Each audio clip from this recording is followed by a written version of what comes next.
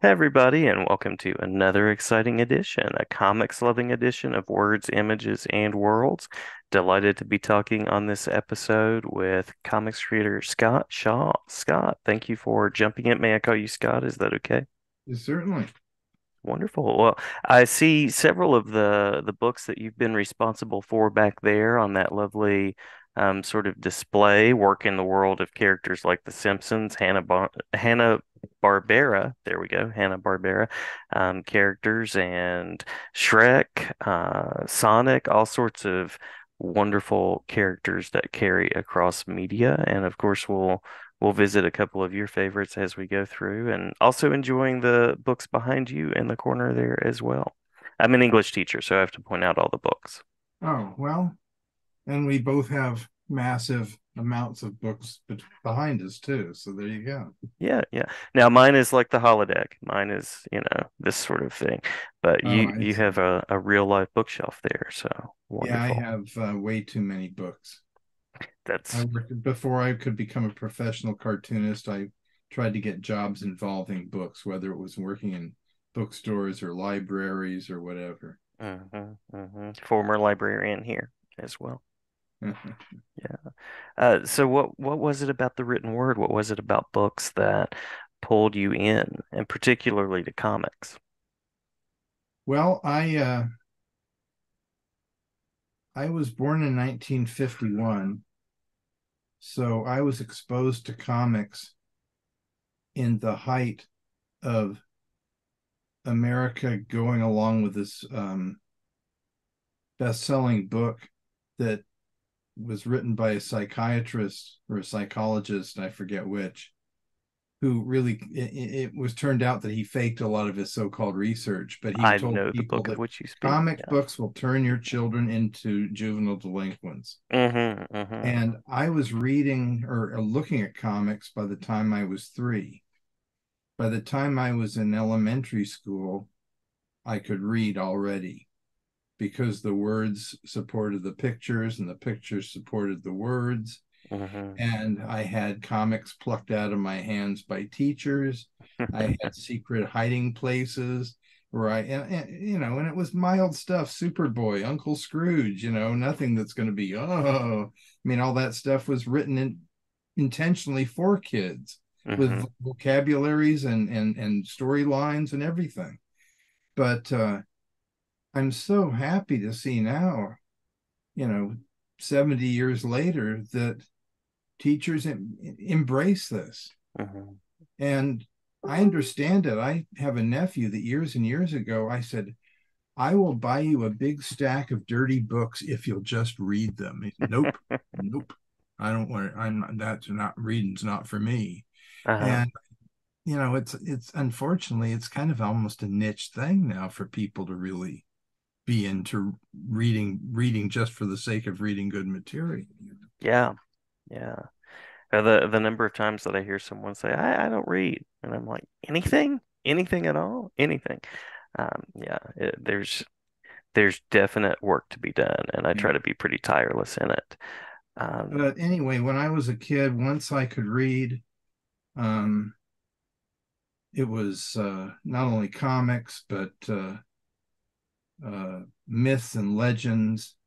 Paul Bunyan and Pecos Bill and that sort of stuff, on top of all the uh, mythological stuff from Europe, and mhm. fairy tales, and the Doctor Dolittle books, and Tom Swift Jr., which was the first series I think I read. It was a spin-off of the ones from the turn of the century. Yeah. So that was kind of me interested in science fiction. But I think I'll never forget this because I remember it was also the first time I had to deal with a drunk person. I was in a barber shop and I was, I think, 8 or 9 years old, and I was trying to read Moby Dick Uh-huh. because I like monsters and giant things. And I thought, and I'd kind of like spin past things, but I really was doing my best to keep up with the story where the whale was involved. And this guy Mhm. was giving me a hard time. And I'm looking back and I'm going, well, at least you were trying. In fact, I just reread The Lost World recently, which I read, I think, in 58 or 59, and remember getting very frustrated. When are you going to get to the dinosaurs? Hmm. And now I read it and I realize this the author has an incredibly funny sense of humor. And Professor Challenger, I don't know why he's not a better known character, because he's hilarious. Hmm. Hmm. Absolutely, obnoxiously brilliant. But yeah, I in fact I remember reading the World Book, the encyclopedia. Hmm. I read the Hmm. whole thing thinking, oh, and the Random House All About books. I thought, well, if I can read all of these, then I know all about everything. Yeah. At the time, I think there were 60 of them. I'd check them out every couple of days from the school library. So, in an era where they look down upon people for liking comics, I'm thinking, well, I like to read everything. Yeah. And it was a big shock on Halloween one year. I went as Superman, I think, when I was 8. And the next year, I could kind of still get the costume on. And I thought, I was reading comics, and there was a comic called The Alien, a special story called The Alien Superman. And at the time, I'm thinking, well, Superman is an alien. What's the big deal? But he was like a, you know, green Martian with, antennas and stuff. Hmm. And so I went to a, Woolworths or something. I could afford a mask. And I went around the neighborhood, and people going, "Oh, little boy, who are you?" And I go, "Well, I'm the alien Superman from World's Finest, number 105." And they're like, and I realized most people don't read comic books. And that was a real shock to me, because I just Yeah. figured, well, I read them, all my friends read them. Don't everybody, doesn't everybody like comic books? Hmm. Hmm. But the most interesting thing I think about getting beaten up for liking things like liking comics too much, like it happened to me many times, or not liking sports, or because we're naming our four square team the Triceratops. I mean, I was a weirdo from the beginning, no two ways about it. So doing funny comics myself, I think, was kind of like comedians. It's one way to avoid getting beaten up all the time. Suddenly you can draw Fred Flintstone. Okay, well, I'll let you live, kind of things. Yeah, yeah. Well, I was going to ask about your creating across media with, these sort of animated styles and storytelling. And I'll also point out quirky, I think is what my students call me. Quirky. I'm a quirky person. So um, Oh, virtually from the beginning. there's our dog to make a special appearance. Yeah, it all works. Fur friends are welcome. Yeah, you can see him in the background. Yeah. Yes, Rocky's made another kill. Anyway, yeah, I also, not only with comic books, obviously taught myself not only how to read but how to draw, but Hmm. TV too, because again, I born in 51. Most of the cartoons on TV were things that had already been produced. And I remember, they'd show Farmer Alfalfa right after the farm report, which was weird because I was living in San Diego. There weren't any farms that I knew of, particularly a big farm industry, but there it was. And but then they'd show Rocky and Bullwinkle, and they'd Uh-huh. show 4 episodes in 2 hours. And they had the continuing stories. So I had a log that I made so I can make sure that I knew exact, because I'd get up early and have the TV down low, but pack. It was great because all those cartoons, especially H&B and Jay Ward, the characters didn't move around a lot, so you could kind of figure out the shapes to make them and the formulas. Uh-huh. And I remember when I was a kid, I wrote and drew a comic book that teamed up Rocky and Bullwinkle with Rough and Ready, who were the first team characters of Hanna-Barbera. Love it. Love So I it. was always interested in the whole thing.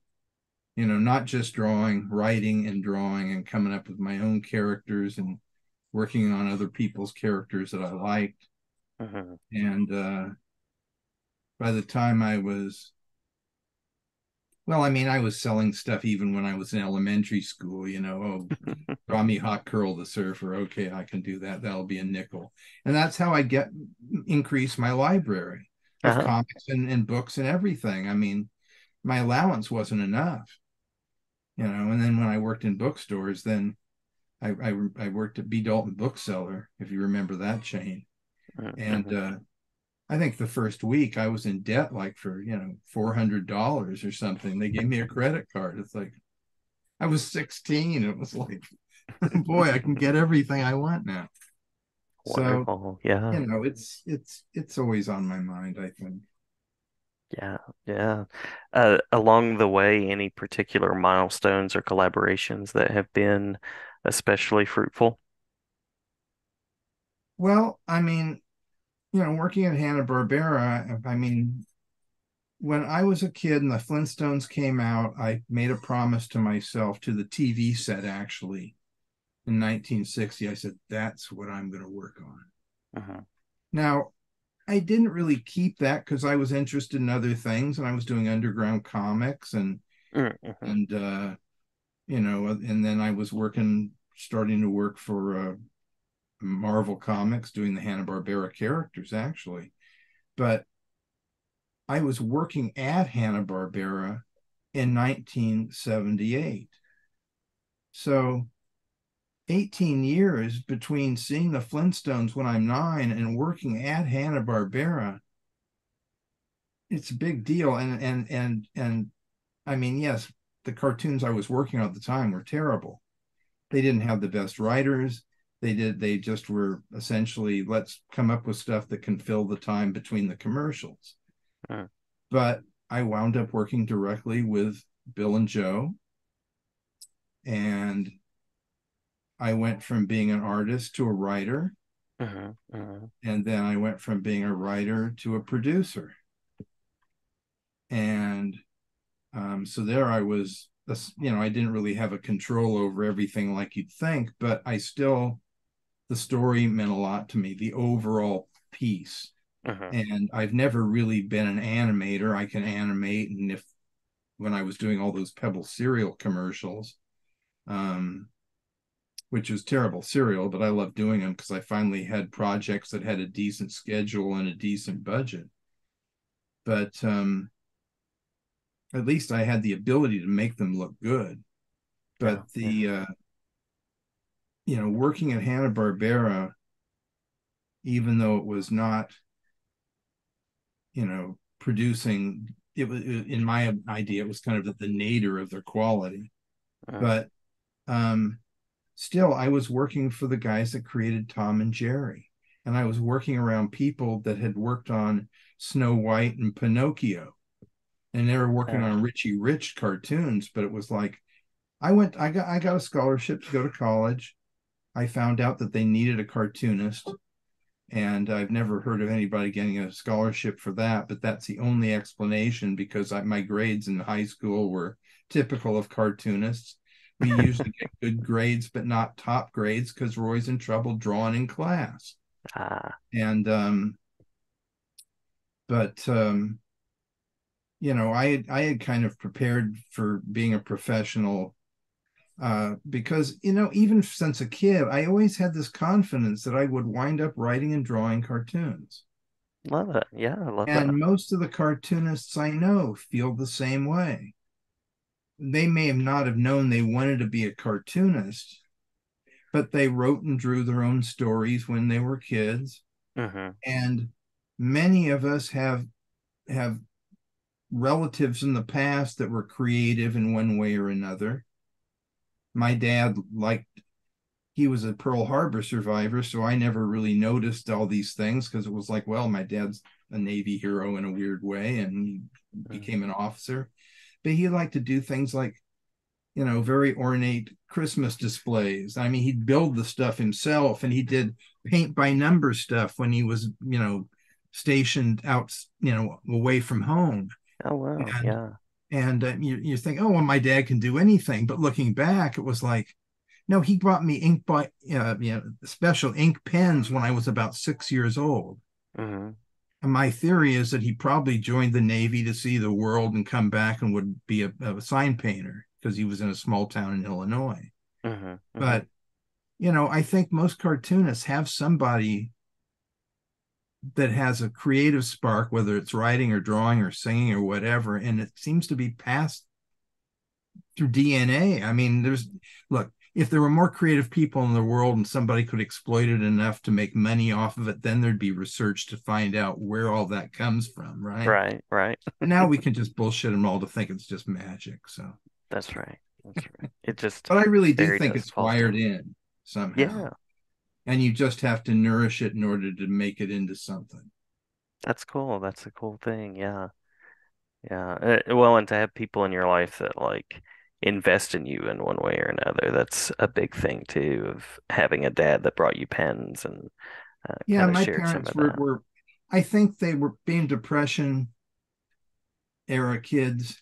Hmm. They were worried that I just wind up, as Jonathan Winters once told me. He said my parents thought they were going to find me in the gutter drinking ink, and, and that's I mean they were worried, but after a while, my dad's they were very fine with it. I mean, I think I sold my first underground comic story when I was, I don't know, 17, 18, something like Hmm. that. Hmm.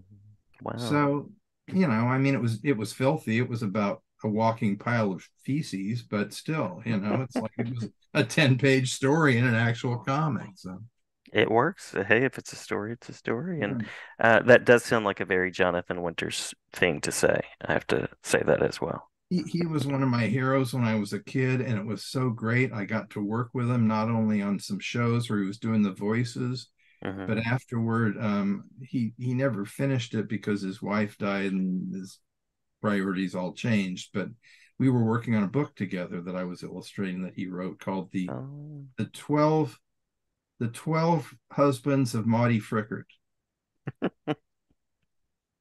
nice. The title alone and knowing who Yeah, wrote it. yeah, Yeah. yeah. Now, but unfortunately, now only old people even know who Jonathan Winters was, so it's kind of a waste. I guess, but somebody to rediscover for listeners out there that are like, who are they talking about? Definitely somebody to rediscover. The most surreal comedian. I mean, Robin Williams absolutely, and Jim Carrey idolized him, Hmm. but he was the first guy that I've ever saw on TV that said, "This guy's a lot weirder than me," and I liked it Yeah, it's a because he good didn't thing. tell jokes. He just kind of had weird stuff just pour out of him somehow. Yeah, yeah. Very, very Zach Galifianakis at the Yep, time too. yep. Yeah, yeah. So we've talked about books as kind of a motif here, of course. I'm curious about what's on your reading table currently, and also curious about, of course, creative works, creative directions that you're currently exploring. Well, I'm currently reading. I've talked about Professor Challenger. I'm reading a collection of short stories uh, uh, written by Holmes that Nice. feature Professor Challenger, Uh-huh. and it's very. I also very much like once in a while to read. There's a fellow out there that writes gets the licenses to write new stories in the style of pulp pulp magazine writers Hmm. without all the horrible racism in those things. Oh When I yeah, was yeah. a kid, I'd read Love Doc Savage and stuff like that when they were reprinting them as paperback books. And then I'd hit something and go, really? Yeah. Really? This? Okay. Well, and then I just jumped past her. Tarzan is probably the worst of them all. Hmm. But they all have, insulting characters in there Yeah, and yeah. or attitudes. Well, this guy kind of boils all that out of it. Nice. And Yeah. so it's like it's absolute it's like Edgar Rice Burroughs stuff in general, which I always call glorious garbage because it's the same story every time. But if you're 10 years old and reading that stuff, it's like this is the greatest stuff ever. And by the way, Deja Thoris isn't wearing any clothes, so that's even better. I mean, if you're a Right, boy, right. that's the stuff to be reading. Hmm. But Hmm. at least for my age, I'm sure now it's like, no, no, you can't read that stuff. It's sexist and horrible. But Yeah. anyway, I read a lot of that. Um, I'm trying to think. Oh, I just bought the new Tom Hanks book. Yeah, Yeah, yeah. which is starts out at least as being based about this big blockbuster movie that's based on an underground comic that was based Uh-huh. on some crummy war comic. And Mm-hmm. I thought, he's I'm not a I'm I've worked with so many celebrities. A celebrity name on a book usually makes me turn my nose up at it. But Hanks has a pretty good reputation, and Yeah, I thought, if this is about comics being ruined by Hollywood, I want to read it. yeah, yeah. I just heard Because him. I like stuff from an insider. I just heard him speak at NCTE, the National Council of Teachers of English, and he was, of course, Tom Hanks. Delightful and charming, and talking about the book and comics and all of that sort of thing. So, yeah, very very cool, very cool. I'm currently reading. I have Suicide Squad. I've been making my way back through Or those from the the early 80s. ones? Yeah, from the 80s, yeah. And then I'm also teaching for the third time a book that I believe was published the year you were born. Catcher in the Rye, I think is that right? 1951. I think that's There right. you go. That was the book that you would lure people into reading it because it had the F word in it. That's right. That's right. It makes When an I was a appearance or kid, two. that was a big deal to have a teacher allow us to have it. By the way, Hmm. I just pulled this out. This is the Suicide Squad I There's reading, yeah, there's the where they were original. fighting giant monsters, and there's one where they're this one I opened right up where they're going down the mouth of a dino. I was like, even as a kid, I'm like, okay, where do they come out? You know, Yes.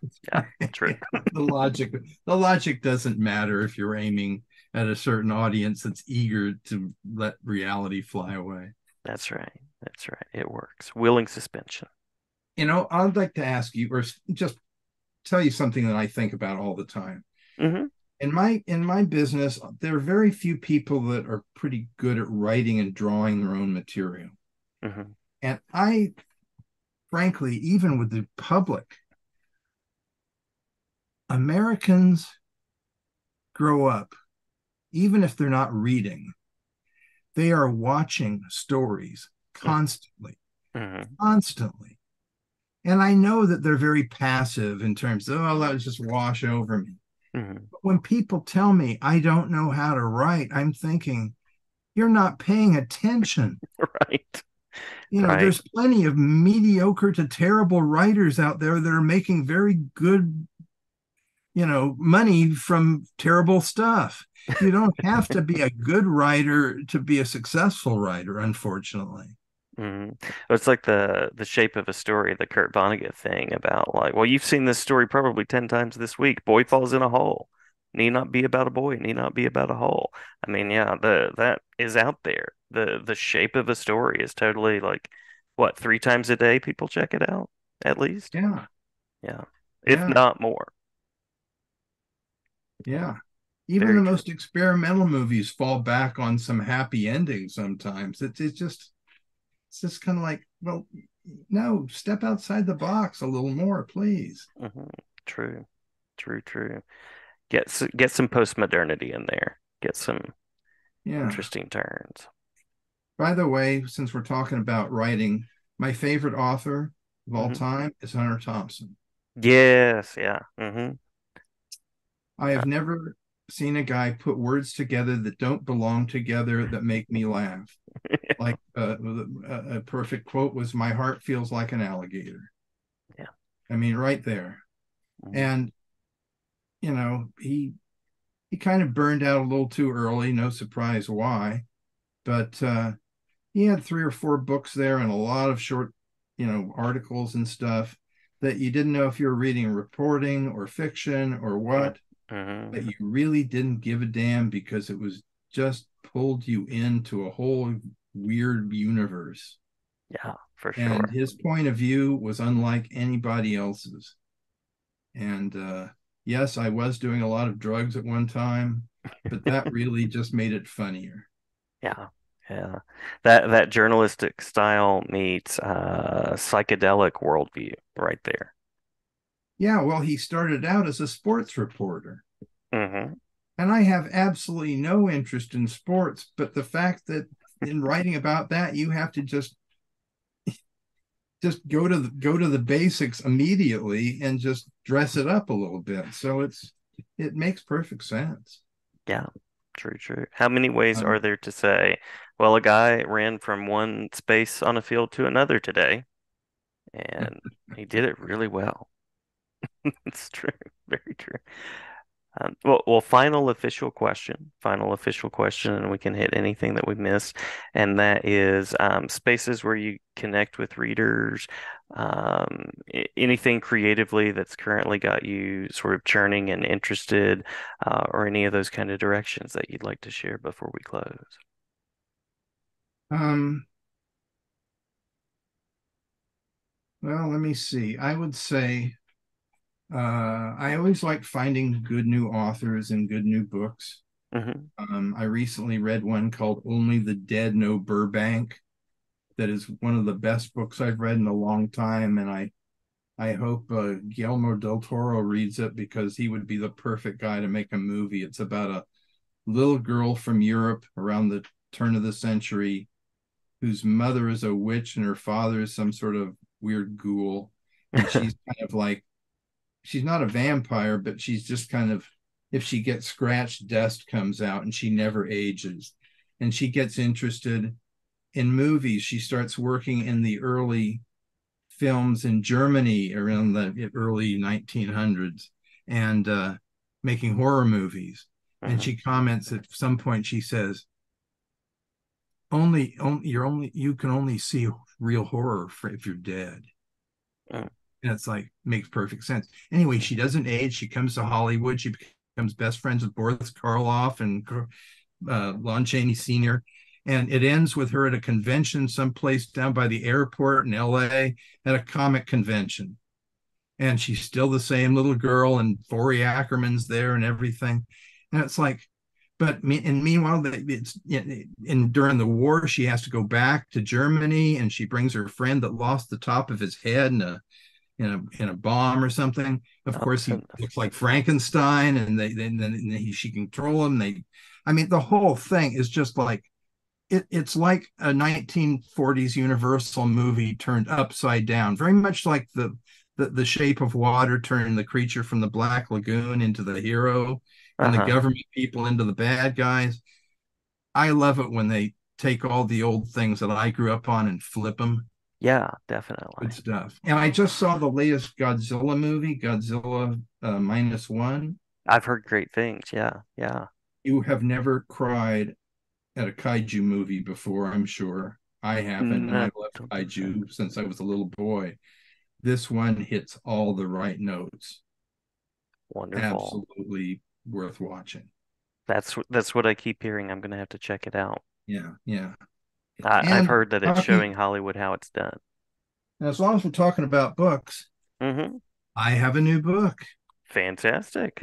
I have a book. You can get it on Amazon, and I believe next month Diamond will be distributing it to comic shops.